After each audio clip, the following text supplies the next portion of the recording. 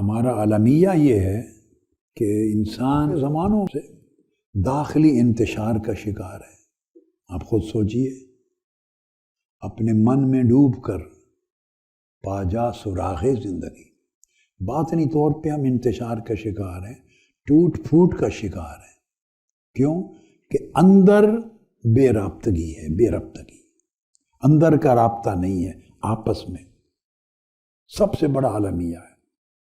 اور یہاں میں ایک جملے میں اس مضمون کو اگر سمیٹنا چاہوں تو میں یوں کہوں گا کہ انسان ایک ہو کر بھی اندر سے ایک نہیں رہا۔ ہر انسان، آپ میں سے جتنے لوگ بیٹھے ہیں، ہر انڈیویجول اصلاً تو ایک ہی انسان ہے نا۔ ہر شخص اپنے آپ کو ہاتھ لگائیں نا، ایسے انگلی سے ٹچ کریں نا سینے پر، تو آپ میں سے ہر ایک اصلاً تو ایک ہی فرد ہے نا۔ تو ہر انسان ایک ہو کر بھی ایک نہیں رہا۔ اب آپ چاہیں گے چونکہ مشکل موضوع ہے اور مشکل رہنے نہیں دینا، کرنا تو آسان ہے کہ بچے بچیاں بھی سمجھ سکیں۔ تو ایک ہو کر ایک نہیں رہا، اس کا مطلب یہ ہے کہ ہماری آنکھ کچھ اور چاہتی ہے، آنکھ کچھ اور دیکھنا چاہتی ہے۔ یہ اب سمجھا رہا ہوں کیسے ایک نہیں رہا ایک ہو کر بھی۔ کان کچھ اور سننا چاہتے ہیں، ذہن کسی اور سمت بھاگا جا رہا ہے، دل کسی اور درد میں پڑا ہوا ہے، نفس کسی اور کشش میں مبتلا ہے، زبان کچھ اور کہتی ہے، باطن کچھ اور اپنے اندر رکھتا ہے۔ جس طرف نگاہ کرو اس کا رخ جدا جدا ہے، باہم متضاد ہے۔ اوپر سے انسان ایک ہے، اندر سے ہر شے بکھری ہوئی ہے۔ یہ جو داخلی انتشار ہے، یہ جو اندر کی ٹوٹ پھوٹ ہے، یہ اندر باطن کی بے ربطگی، اس کو قطع رحمی کہتے ہیں اس اشاری زبان میں۔ باطنی طور پہ قطع رحمی ہو گئے، ہم ٹوٹ پھوٹ گئے، اندر کے رشتے منقطع ہو گئے۔ اگر یہ باطنی طور پہ یہ رشتے جڑ جائیں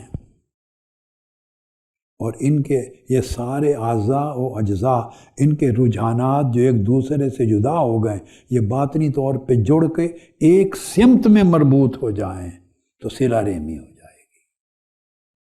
تو ایک صلہ رحمی وہ ہے جو باہر درکار ہے۔ تو حضرت خدیجہ الکبریٰ رضی اللہ تعالیٰ عنہ فرما رہی ہیں کہ یا رسول اللہ، آپ صرف باہر کی قرابتوں کو جو بکھری ہوئی ہیں انہی کو نہیں جوڑتے، آپ کی نگاہ جس کے باطن پہ پڑ جائے اس کے اندر کی بکھری ہوئی قرابتوں کو بھی جوڑ کے ایک کر دیتے ہیں۔ صلی اللہ تعالیٰ علیہ وآلہ وسلم۔ پھر یہ جو ہمارا میں نے کہا المیہ، یہ موجودہ انسان کا، میں دہرا رہا ہوں، اندرونی انتشار ہے، انٹرنل فریگمنٹیشن کہوں گا میں اس کو، اندرونی انتشار ہے۔ اس کو پھر سمجھنے اور آسان سمجھ میں آ جائے گا بچوں کو بھی۔ ذہن کہیں اور ہے، دل کی دھڑکن کہیں اور ہے، تمنا میں کوئی اور ہے، گفتگو خطاب میں وعظ میں کوئی اور ہے، کچھ اور ہے، بصارت کسی اور سمت جاتی ہے۔ اب آپ جس عضو کے اندر کا حال دیکھ لیں اپنے اندر، تو آپ کو اپنے اندر بڑے تضاد نظر آئیں گے، بڑے تناقضات نظر آئیں گے۔ آپ جب جھانک کے دیکھیں گے تو آپ کو اپنا آپ اندر سے بکھرا ہوا نظر آئے گا۔ وہ جو اندر سے بکھرے ہوئے ہیں ہم لوگ، یہ داخلی اور باطنی قطع رحمی ہے، وحدت نہیں ہے۔ تو توجہ اس امر کی طرف کرائی جا رہی ہے کہ یہ ظاہر کو تو جوڑنا ہے، مگر اندر سے باطن بھی جڑ کے ایک ہو جائے تو یہ صلۃ الارحام ہو جائے گا۔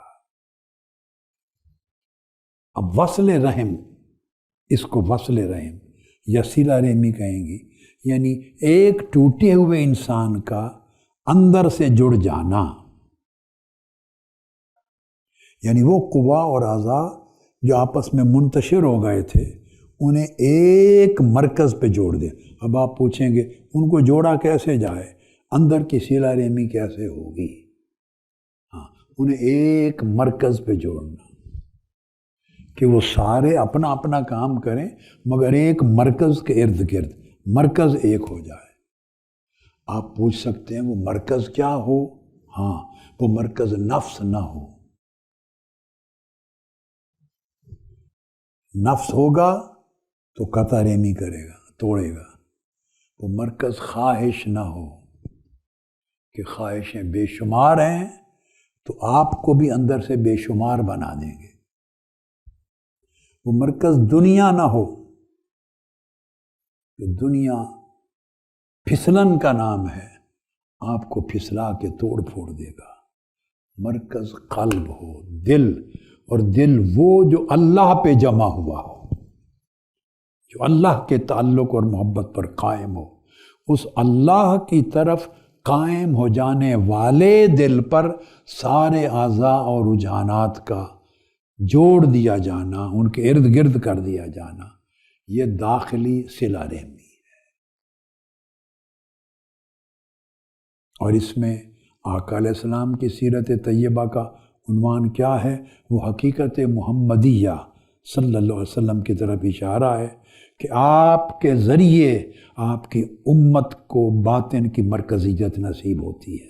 اس زاویہ سے معنی یہ ہوا کہ یا رسول اللہ، آپ کی حقیقت مبارکہ جس کا فیض کسی انسان کو نصیب ہو جائے تو وہ اس کے باطن کو مرکوز کر دیتی ہے اور وہ اندر سے بکھرا ہوا انسان سمٹ کر ایک ہو جاتا ہے۔